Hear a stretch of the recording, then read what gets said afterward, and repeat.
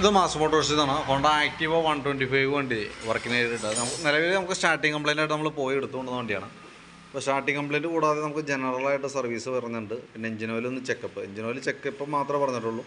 പിന്നെ pollution test ചെയ്യുക, അത്രയും കേസാണ് മെയിനായിട്ട് നമുക്ക് പറഞ്ഞാണ് അവർക്ക് കേട്ടോ. അപ്പോൾ നമുക്ക് ജനറൽ സർവീസ് എന്ന് പറയുമ്പോൾ നമ്മൾ ഫുള്ളായിട്ട് വണ്ടി ഒന്ന് ഡീറ്റെയിൽ ചെക്കപ്പ് നടത്തുന്നുണ്ട്. അതിൻ്റെ ഭാഗമായിട്ട് ബാക്ക് ബ്രേക്കിൻ്റെ ഭാഗം നമ്മൾ ചെക്ക് ചെയ്യാൻ വേണ്ടി അയച്ചിട്ടുണ്ട്. ബ്രേക്ക് ലൈനർ നമുക്ക് അത്യാവശ്യം മാക്സിമം നമുക്ക് ഉപയോഗിച്ച് ഏകദേശം ഒരു ഇതായിട്ടുണ്ട് കേട്ടോ. അപ്പോൾ നമുക്ക് ബ്രേക്ക് ലൈനർ ഒന്ന് മാറ്റിയിടാണെങ്കിൽ നല്ലതായിരിക്കും. കാരണം ബ്രേക്ക് അഡ്ജസ്റ്റിങ് മാക്സിമത്തിലാണ് കിടക്കണേ. തന്നെയല്ല നമുക്ക് ഈ ബാക്ക് വീലിൻ്റെ ഹബ്ബിന് തേയ്മാനം വന്നിട്ടുണ്ട്. അപ്പോൾ എനിക്ക് തോന്നുന്നു ബ്രേക്ക് നമ്മൾ പിടിച്ചുപയോഗിക്കുന്ന ഓടിക്കുന്ന ശീലം ഉണ്ടെങ്കിൽ അത് നോക്കാം. കാരണം വെച്ചാൽ ഹബ്ബൊക്കെ അത്യാവശ്യം നല്ല രീതിയിൽ തന്നെ തേയ്മാനം വന്നിട്ടുണ്ട്. ഒരു സ്റ്റെപ്പ് പോലെ ആയി തുടങ്ങിയിട്ടുണ്ട് കേട്ടോ. അപ്പോൾ ബ്രേക്ക് ലൈനർ, ബ്രേക്കിൻ്റെ ലിവറുമ്പോൾ കൈ വെച്ച് ഓടിക്കാതിരിക്കുക. അപ്പോൾ ബ്രേക്ക് ലൈനർ നമുക്ക് മാറ്റിയിട്ട് ഒരുവിധം ബ്രേക്ക് കിട്ടും. പക്ഷേ ഹബ്ബിനകത്ത് ചെറിയ സ്ക്രാച്ചസ് ഉണ്ടായിട്ടുള്ളൂ. പിന്നെ ഗിയർ ഓയിലൊക്കെ നമ്മൾ ചെക്ക് ചെയ്തു, നല്ല ഓയിലാണ്. അതേപോലെ തന്നെ എയർ ഫിൽറ്ററൊക്കെ നമ്മളൊന്ന് ചെക്ക് ചെയ്യാനായിട്ട് അയച്ചിട്ടുണ്ട്. കമ്പനി ഫിൽറ്ററാണ്, ഹോണ്ടയുടെ ഒറിജിനൽ ഫിൽറ്ററൊക്കെ കിടക്കണതുമേ. കുറച്ച് പൊടിയൊക്കെ ഇട്ട് അതൊന്ന് തുടച്ച് ക്ലീൻ ചെയ്ത് നമുക്ക് റീസെറ്റ് ആക്കാം. പിന്നെ നമ്മളതിൻ്റെ ക്ലച്ച് സൈഡ് അയച്ചിട്ടുണ്ട്. ക്ലച്ച് സൈഡ് ക്ലീനിങ്ങിനും ഗ്രീസിങ്ങിനൊക്കെ ആയിട്ട് അയച്ചതാണ്. അപ്പോൾ ക്ലച്ചിനകത്ത് നമ്മളതിൻ്റെ ഓരോ പാർട്സുകളും നമ്മൾ ചെക്ക് ചെയ്ത് വിടുന്നുണ്ട്. വേരിയേറ്റർ ബോഡി, ബോസ് ഡ്രൈവ് കാര്യങ്ങൾ നോക്കിയിട്ട് ക്ലച്ച് യൂണിറ്റ്, അതേപോലെ ബെൽറ്റ്, ഇതെല്ലാം ഡീറ്റെയിൽ ആയിട്ട് നമ്മൾ ചെക്കപ്പ് ചെയ്ത് പോകുന്നുണ്ട് കേട്ടോ.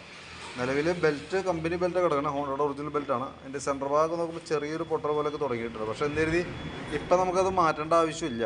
നെക്സ്റ്റ് സർവീസിൽ നമ്മൾ ഇതേപോലെ തന്നെ ഡീറ്റെയിൽ ആയിട്ട് ചെക്കപ്പ് ചെയ്യും. അപ്പോൾ അതിനകത്ത് കംപ്ലൈൻറ്റ് കാണിക്കുകയാണ് കൂടുതലായിട്ട് പൊട്ടലുണ്ടെങ്കിൽ നമുക്ക് അടുത്ത സർവീസിൽ മാറ്റിയാലും മതി. പിന്നെ അതേപോലെ നമ്മൾ എഞ്ചിൻ ഹെഡിൻ്റെ ഭാഗം ചെക്ക് ചെയ്തു, വേറെ കംപ്ലൈൻ്റ് ഒന്നുമില്ല. ആക്സിലേറ്റർ കേബിളൊക്കെ ഒന്ന് ചെക്ക് ചെയ്ത് വേറെ കുഴപ്പമൊന്നുമില്ല. ആക്സിലേറ്റർ കേബിൾ ചെറിയൊരു ടൈറ്റ് തുടങ്ങിയിട്ടുണ്ട്, കേബിൾ ഔട്ടർ വലിച്ചിലാണ്. അപ്പോൾ മാക്സിമം ഓടിക്കുക, കാരണം മാറ്റുമ്പോൾ 2 കേബിൾ മാറ്റേണ്ടി വരും. എൻ്റെ ആക്സിലേറ്ററിന് 2 കേബിൾ വരാം കേട്ടോ. അപ്പോൾ അത് 2 മാറ്റിയും സെറ്റ് ചെയ്യേണ്ടതായിട്ട് വരും. ഈ സർവീസും കൂടി അങ്ങനെ ഉപയോഗിക്കുക. കൂടുതലായിട്ട് കംപ്ലൈൻറ്റ് കാണിക്കുകയാണെങ്കിൽ അടുത്ത സർവീസിൽ നമുക്കത് മാറ്റിക്കളയാം. പിന്നെ ബാറ്ററി ഓൾറെഡി കംപ്ലൈൻ്റ് ആണ്. ബാറ്ററിയുടെ കംപ്ലൈൻ്റാണ് സ്റ്റാർട്ടിങ് പ്രോബ്ലം കാണിച്ചത്. നമുക്ക് അതിൻ്റെ വോൾട്ട് നോക്കുമ്പോൾ 12.47 കാണിക്കുന്നുണ്ട്. പക്ഷേ ലോഡ് കൊടുക്കുമ്പോൾ ബാറ്ററി നേരെ ഡൗൺ ആയിട്ട് പോവാണ്.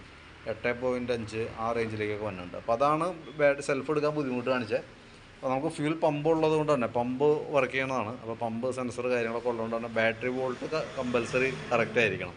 അതല്ലെങ്കിൽ വണ്ടി സ്റ്റാർട്ടിങ് പ്രോബ്ലം കാര്യങ്ങളൊക്കെ കാണിക്കുക. അപ്പോൾ അതുകൊണ്ട് തന്നെ ബാറ്ററി നമുക്ക് മാറ്റി പുതിയത് വെക്കേണ്ടതായിട്ട് വരും കേട്ടോ. പിന്നെ അതേപോലെ തന്നെ ഫ്രണ്ടിലത്തെ ബ്രേക്ക് പാഡ് സെറ്റൊക്കെ നമ്മൾ ചെക്ക് ചെയ്യാൻ കഴിച്ചിട്ടുണ്ട്. ബ്രേക്ക് പാഡൊക്കെ അത്യാവശ്യം ഉപയോഗിക്കാനുണ്ട്. ബ്രാക്കറ്റൊക്കെ ഒന്ന് അഴിച്ച് ഗ്രീസ് ചെയ്ത് റീസെറ്റ് ചെയ്യാം. ഫ്രണ്ട് ടയറൊക്കെ ഇടയ്ക്ക് എനിക്കൊന്ന് മാറ്റിയതാണ് തോന്നുന്നു. പുത്തൻ ടയർ കിടക്കണേ. നിലവിൽ വേറെ കംപ്ലൈൻ്റ് ആയിട്ടൊന്നുമില്ല. വീൽ ബെയറിങ് കാര്യങ്ങളൊക്കെ ചെക്ക് ചെയ്ത് വേറെ കംപ്ലൈൻ്റ് ഒന്നുമില്ല കേട്ടോ. പിന്നെ ഈ സൈഡിലേക്ക് വരുമ്പോഴത്തേക്കും സ്പാർക്ക് പ്ലഗ് നമ്മളൊന്ന് അഴിച്ച് ക്ലീൻ ചെയ്യാൻ വേണ്ടി അയച്ചു. അപ്പോൾ ജസ്റ്റ് ഒന്ന് ത്രെഡൊക്കെ ചെറിയ ടൈറ്റ് കാണിച്ചു തുടങ്ങിയിട്ടുണ്ട് കേട്ടോ. അപ്പോൾ നെക്സ്റ്റ് എയർ ഫിൽറ്റർ മാറ്റുമ്പോൾ കൂട്ടത്തിൽ കൂടെ പ്ലഗും മാറ്റി കളഞ്ഞോണം. പ്ലഗിൻ്റെ പ്രശ്നം കൊണ്ടും സ്റ്റാർട്ടിങ് പ്രോബ്ലം കാണിക്കും. പക്ഷേ ഇപ്പോൾ നമുക്ക് ബാറ്ററിയുടെ കംപ്ലൈൻറ്റ് കൊണ്ടാണ് കിട്ടിയാണ്. അപ്പോൾ നിലവിൽ ഈ സർവീസും കൂടി ഓടിക്കുക. അതിന് ശേഷം നമുക്ക് എയർ ഫിൽറ്റർ മാറ്റുമ്പോൾ കൂട്ടത്തിൽ കൂടെ പ്ലഗും കൂടി മാറ്റി കളഞ്ഞോണം കേട്ടോ. കാരണം അത് രണ്ടും കൂടി ഒരുമിച്ചാണ് മാറ്റേണ്ടി വരിക. എഞ്ചിൻ ഓയിലിനെ പറ്റിയിട്ട് ഒന്നും പറഞ്ഞിട്ടില്ല. ഓയിൽ ചെക്ക് ചെയ്യപ്പോൾ നമ്മൾ ചെയ്യണ സമയത്ത് ഓയിൽ ലെവൽ കുറവൊന്നുമില്ല.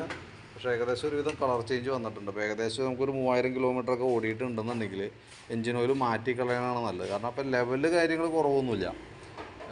അപ്പോൾ കിലോമീറ്റർ ആയിട്ടുണ്ടെങ്കിൽ മാറ്റി കളയാം. നമ്മൾ അതിനകത്തൊരു ഇത് നോക്കണ്ട. 3000 കിലോമീറ്ററാണ് അതിൻ്റെ കാലാവധി. നമുക്ക് 100% എഞ്ചിൻ ഓയിലിൻ്റെ കളർ നോക്കിയിട്ട് ഓയിൽ മാറ്റാറായിട്ടുണ്ടല്ലോ നമുക്ക് പറയാനായിട്ട് പറ്റില്ല. അപ്പോൾ അതുകൊണ്ട് തന്നെ കിലോമീറ്ററിൻ്റെ അടിസ്ഥാനത്തിലാണ് നമ്മൾ ഓയിൽ ചേഞ്ച് ചെയ്യേണ്ടത്. അപ്പോൾ നോക്കിയിട്ടൊന്ന് കൃത്യമായിട്ട് പറയാം.